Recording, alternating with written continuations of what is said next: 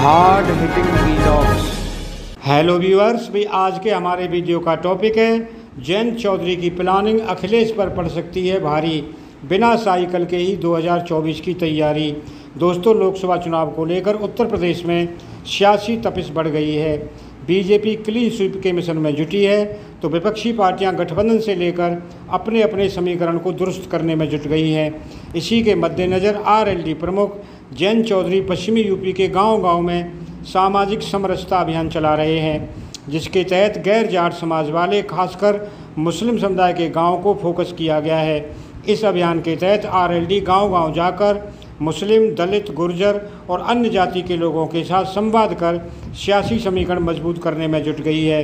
दोस्तों, माना जा रहा है कि जयंत चौधरी मुस्लिम मतों के लिए सपा की बैसाखी के बजाय अब खुद के दम पर साधने में जुट गए हैं, ताकि 2024 में अगर किसी नए समीकरण और गठबंधन की स्थिति होने पर किसी भी तरह की कठिनाई का सामना न करना पड़े।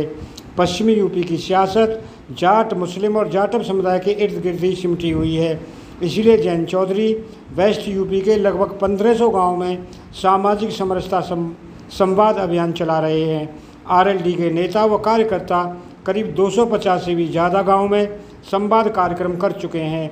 दोस्तों, आरएलडी प्रमुख जयंत चौधरी ने विदेश में होने के चलते पटना में विपक्षी एकता की बैठक में शिरकत नहीं की थी, लेकिन 2024 में बनने वाले विपक्षी गठबंधन में वो शामिल रह सकते हैं। हालांकि जयंत चौधरी चाहते हैं कि कांग्रेस को यूपी के विपक्षी गठबंधन में रखा जाए, जबकि सपा प्रमुख अखिलेश यादव कांग्रेस को लेकर बहुत ज़्यादा स्पेस देने के मूड में नहीं है। जयंत चौधरी जानते हैं कि अगर कांग्रेस अलग चुनावी मैदान में उतरती है तो पश्चिमी यूपी में मुस्लिम वोटों का बिखराव बीजेपी के लिए संजीवनी बन सकती है। दोस्तों, दरअसल जाट समुदाय आरएलडी का कोर वोट बैंक माना जाता है, लेकिन 2013 में मुजफ्फरनगर दंगे होने के बाद जाट समुदाय झुकाव बीजेपी की तरफ हो गया था।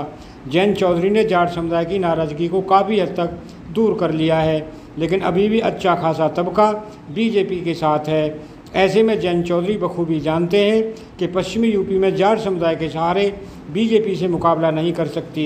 इसीलिए वो जाटों के साथ साथ गैर जाट समुदायों को साधने के लिए कड़ी मशक्क़त कर रहे हैं, जिनमें सबसे मुख्य फोकस मुस्लिम पर है और उसके बाद दलित, गुर्जर, सैनी सहित किसान जातियां शामिल हैं।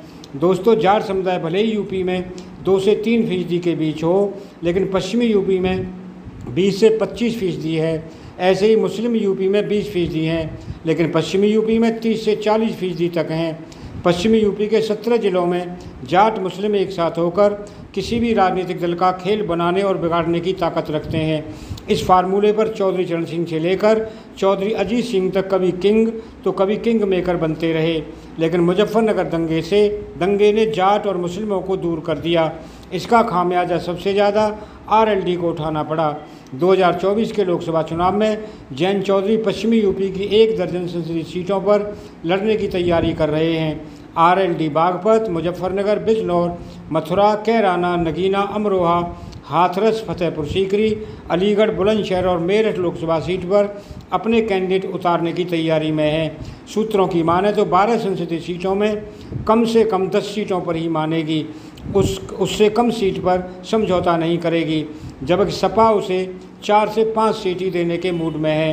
कांग्रेस भी अगर गठबंधन में शामिल होती है तो फिर सीट शेयरिंग का फार्मूला और भी फंस जाएगा, तो कांग्रेस भी कई मुस्लिम लोकसभा सीटों पर नज़र गड़ाए हुए है। दोस्तों, आरएलडी के पश्चिमी यूपी में सामाजिक समरसता अभियान का दांव 2024 के चुनाव के लिए है। सूत्रों की माने तो जयंत चौधरी की पूरी कोशिश जाट मुस्लिम कम्बिनेशन बनाने की है, क्योंकि अगर ये दोनों जातियां एक साथ आ जाती हैं तो फिर गुर्जर और दूसरी अन्य जातियां भी आसानी से साथ आ जाएंगी। जयंत चौधरी ने पटना में विपक्षी बैठक में शिरकत ना करके यूपी में गठबंधन के लिए अपना विकल्प खुला रखा है और माना जा रहा है कि उन्हें पश्चिमी यूपी में जो भी राजनीतिक स्पेस ज़्यादा देगा उसके साथ हाथ मिला सकते हैं। दोस्तों, अगर आपको वीडियो पसंद आया हो तो चैनल को सब्सक्राइब करें, वीडियो को लाइक करें, ज़्यादा से ज़्यादा शेयर करें। आप लोगों का बहुत बहुत धन्यवाद। Thank you very much.